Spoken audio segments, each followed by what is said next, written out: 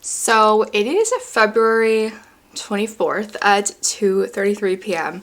and I have only finished 4 books in the month of February. February is, of course, the shortest month of the year, but I still think I should get like more books in February. I think I've been focusing on other things. In this reading vlog, we're going to be seeing how many books I can finish by midnight on February 28th, the last day of February. Does it really matter how many books I finish in a month? No.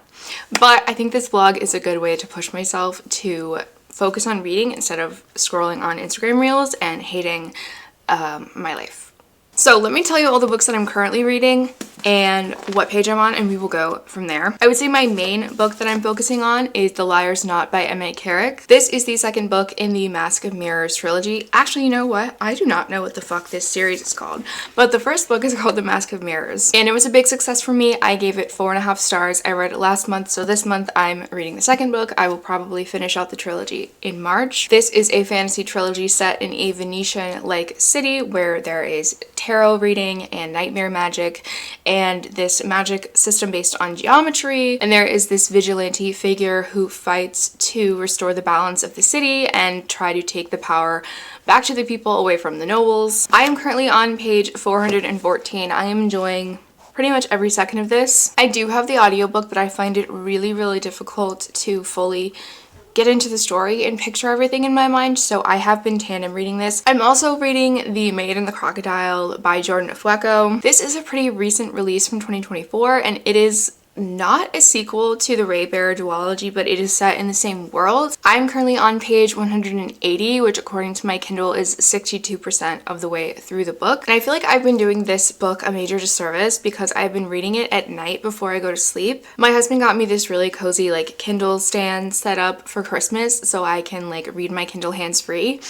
And I am enjoying the book, definitely not as much as I enjoyed the Ray Bear duology, but yeah, I do feel like I've been doing this book a disservice by reading it at night because it's just not my main priority. And then a book that I have out from the library, which is due on the 26th, is Good Dirt by Charmaine Wilkerson, which I have not started. So I think it's pretty likely that I'm gonna end up returning this without having read it, which does suck. Unfortunately, this one is a 14-day loan, and you might be thinking, Angela, that sounds like plenty of time to read a 300-page book. 350-page book. And you're right, but I just had other books that I was focusing on and didn't get to it. Just wasn't focusing on, you know, cranking out the books, which is fine. And I actually have another library hold that just came in, which is Wings of Starlight by Alison Saft, which I haven't picked up yet. So I might journey out to the library today or tomorrow and switch this out for Wings of Starlight. I do not currently have an audiobook that I'm listening to, and my new favorite app, Hoopla, has like hundreds of audiobooks that I'm really interested in. I've also started a puzzle recently that I haven't really been doing because I haven't had an audiobook that's easy enough to consume where I can also do a puzzle.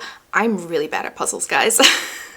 So I would really love to finish 3 more books before the end of the month, but we will see. Alright, it's a couple hours later. I have been reading The Liar's Knot, but I looked at my phone and I found out that it is 53 degrees outside right now. So I'm gonna pick an audiobook right now on Hoopla and I'm gonna go outside and walk because it has been very cold and very snowy, and suddenly it's like the first day of spring. Obviously this is false spring, we all know. Okay, I really have sat here for so long, but let me tell you all the ones that I have borrowed on Hoopla before I go on my walk, and then I'll let you know what I'm actually reading later. So I have My Oxford Year by Julia Whelan, A Caribbean Heiress in Paris by Adriana Herrera, Wild Rain by Beverly Jenkins, Death by Dumpling by Vivian Chen, Death Comes to Marlowe by Robert Thorogood, and Salt Houses by Hala Alian. I will let you know what I've picked.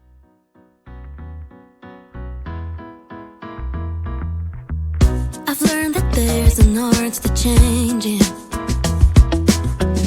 that I'm the potter and the clay, I'm the canvas and the painter,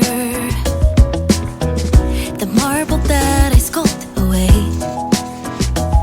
Every stroke of a brush, every finger's touch is a rosy cheek of a love-struck flush, is a sunburned wing of a heartbreak crush, is a rush, feel the rush. You're a painting, Frida Kahlo.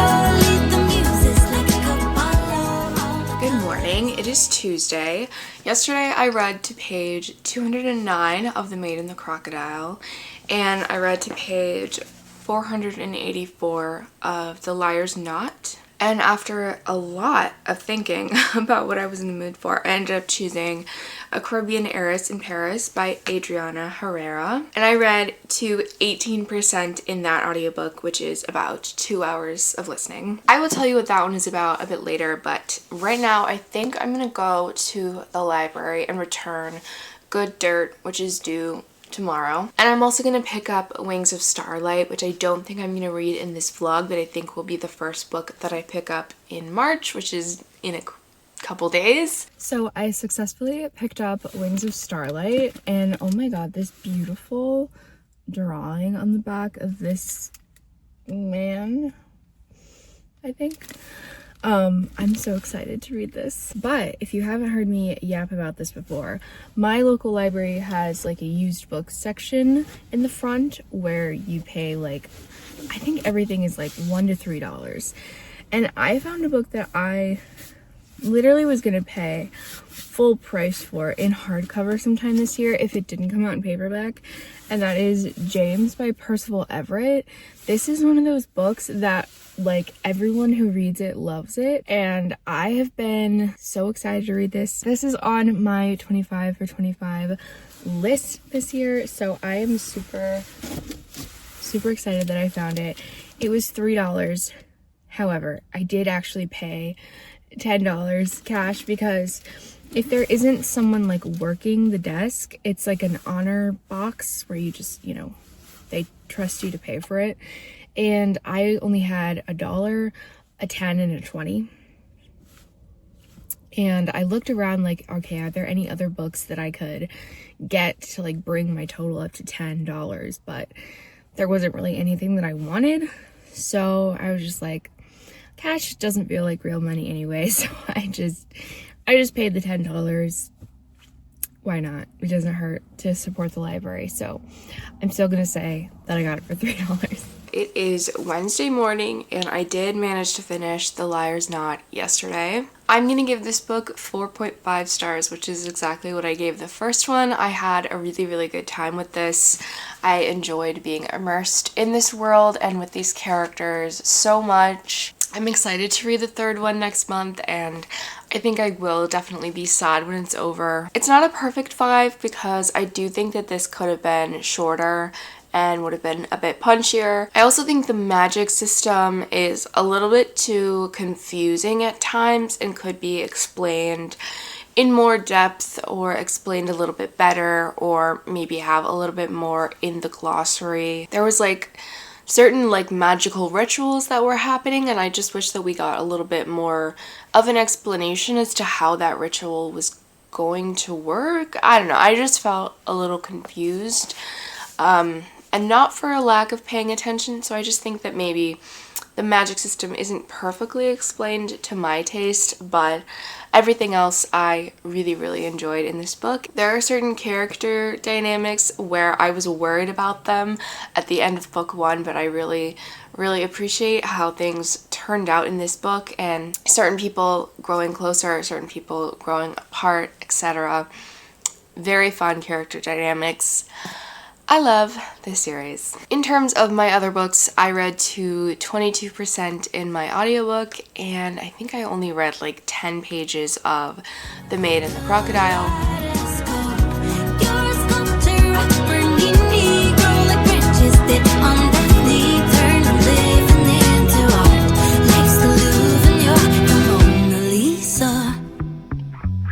Masterpieces take a lifetime. And patience is a peerless craft.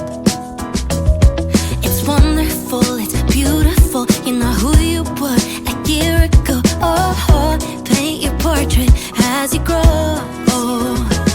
Every stroke of a brush, every finger's touch is a rosy cheek of a love-struck flush. Is a sunburned wing of a heartbreak crush. Is a rush, feel the rush.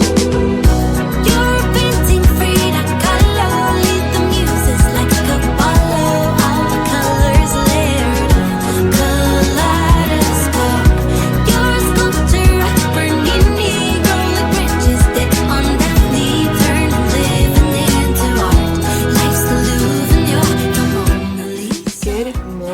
So yesterday I got to 63% of A Caribbean Heiress in Paris, and I got to page 253 of The Maid and the Crocodile. I haven't actually told you much about either of these two books. So The Maid and the Crocodile is set in the Ray Barry universe. I think I said that already. Basically, the magic system is kind of hard to explain, but we have our main character, Sade, and she has this ability to kind of see, she calls it like spirit silt, kind of like the emotions of people around her creates this kind of like metaphysical dirt, like silt, that they can't see but she can see, and so she can kind of like spiritually cleanse a room or a person. She is I think she's a teenager, I think anywhere from like 15 to 18, I don't remember her exact age, but this book is a lot about like the working class, a lot about like workers' rights and kind of like how to unify a people against oppression. But it's also a bit of a romance between our main character Sade and this character called the Crocodile, and he has been cursed through an adventure that he was on, and he is slowly turning into a crocodile. But him and Sade become connected at the beginning of the story, and he can feel her emotions and he is trying to help her, and it's kind of an interesting dynamic because he is such a powerful figure and she is just like literally a small, powerless, disabled girl who has to work as a maid. She's like literally, you know, at the bottom of the rung of like society. And it's interesting to see how some of the ways that he tries to help her, he's actually being quite condescending without meaning to. So I think like intellectually there's a lot that's interesting about this book, but I think overall it's not nearly as captivating as the Ray Barry duology. I feel pretty strongly that this should have been a short story. It feels so long, and it's really not. It's only 300 pages, and maybe it's just because I've been reading it for so long, because I've been reading it like in short chunks. But I think I would have much preferred if this story was condensed into a short story and the author had written a series of short stories from other characters' perspectives in this world. It's just very different from the Ray Barry duology because, you know, we are from a maid's perspective versus in Ray Barry we were from the perspective of someone who's like very powerful, who has these magical powers, who's surrounded by people who have magical powers, who's kind of going on these like magical adventures. And in comparison, I think Sade's life is a little bit less interesting. And although I do think that there's valuable points to be made and like allegories for the real world that we're living in, that doesn't necessarily make me love the book. So I'm hoping to finish that up today. I do predict that it's going to be like a 3-star, a pretty lukewarm rating. A Caribbean Heiress in Paris, however, is going a lot better. This is a historical romance, if you couldn't tell. It takes place in Paris in 1889 at the like exposition that the Eiffel Tower was built for, and our main character Luz Alana is coming from, they call it in this time Hispaniola. She's coming from Hispaniola to Paris to try to make connections and sell some of her rum. She inherited this business from her mother and father, and she's trying to like make it her own and make it successful and make more connections with women, but she also wants to use this like big event to, you know, sell her product, and it's not going great because she is a woman of color in the 1800s. And she meets this Scottish man named Evan, and they immediately are very attracted to each other, but also they have kind of this back and forth banter, as we know and love in romance books. And as it so happens, both of them, for financial or familial reasons, would benefit from a marriage of convenience with the other. So that's what ends up happening, and so we are spending like the first half of the book in Paris, and now we have arrived in Scotland and they are officially married. I'm really entertained by this. I'm having a really lovely time. I'm just enjoying listening to it. I listened to it a lot yesterday. This is the start of a series, so she has two like best friends who are also like ambitious women in the 1880s, and they get their own romance books as well, so I'm looking forward to continuing on with the series. Yeah, I'm just having a good time. There are some side plot elements that I'm excited to see play out, and you know, right now neither of them are being honest with each other about their true feelings. It is a little bit far-fetched because at this point they've only known each other for a few days to be feeling as strongly as they are, but it's a romance novel, so what do you want?